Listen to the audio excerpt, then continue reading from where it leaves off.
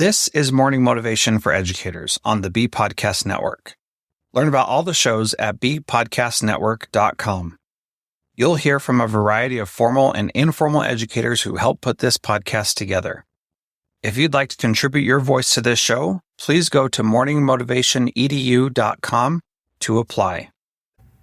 I'm Danielle Newfer, an educator for over 20 years who went up against 2 bouts of serious teacher burnout before finally realizing that I needed to share what worked and what didn't with educators everywhere. This is when Teaching Well was born. At Teaching Well, I partner with schools who recognize that when schools prioritize well-being, true teaching and learning can happen. And there's nothing more integral to building this kind of school culture than finding ways to care for yourself in the midst of all the school day hustle and bustle. Building in these moments is what this show is all about and what I hope to bring to you each time I get the opportunity to speak with you here. So with that, let's begin. My kids ask for a treat every night. This is probably not the best habit to get into, but maybe I think there are bigger problems to be on the lookout for. You know, are they happy? Are they creative? Are they kind? Do we have a family rhythm and routine? Do we talk openly? Do we circle back when we are less than our best selves? Maybe, I reason, a small treat at the end of the day, well lived, is really just a little cherry on top. Sometimes a treat is a bowl of yogurt with a honey drizzle. Sometimes it's a lollipop. Sometimes it's a cookie.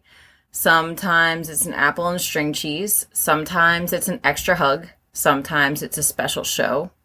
Sometimes it's an extra block around the neighborhood. Sometimes it's an extra time at their Gigi or Omi and Opus houses. Other times it's a bonfire.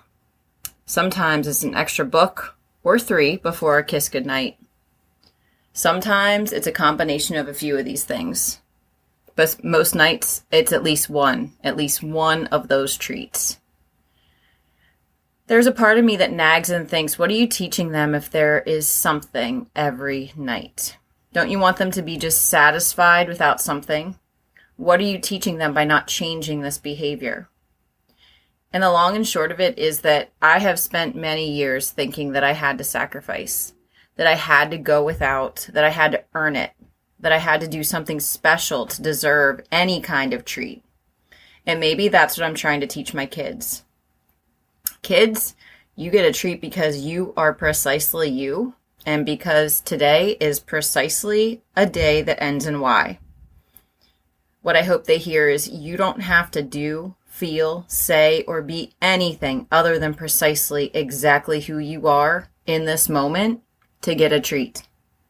It's not something you earn or get points for. It's something that is there if you want it. Not something that is given if you work hard enough. Based on whose standards, I'm still not so sure. So this summer, to all of my teachers who are depriving themselves of the treat, all I can say is treat yourself. Unapologetically. My kids don't apologize for asking for a treat. Let's learn from them. A treat is something to savor, but it's not something to get permission for. It's something to enjoy. And you can decide for yourself precisely what that means as each day ends or begins. So as we move through the summer break, what are the simple and more involved ways you are going to treat yourself unapologetically? As we know that with any self-care, no one is going to do it for us and no one else needs to understand. My treat of having precisely 2 or maybe 3 hard caramel candies while I read a few chapters before bed may not feel like a treat to anyone, but it feels like a treat to me. If it's truly my rich life, no one else needs or should understand how that can feel so decadent. So treat yourself fully, completely, and please, unapologetically.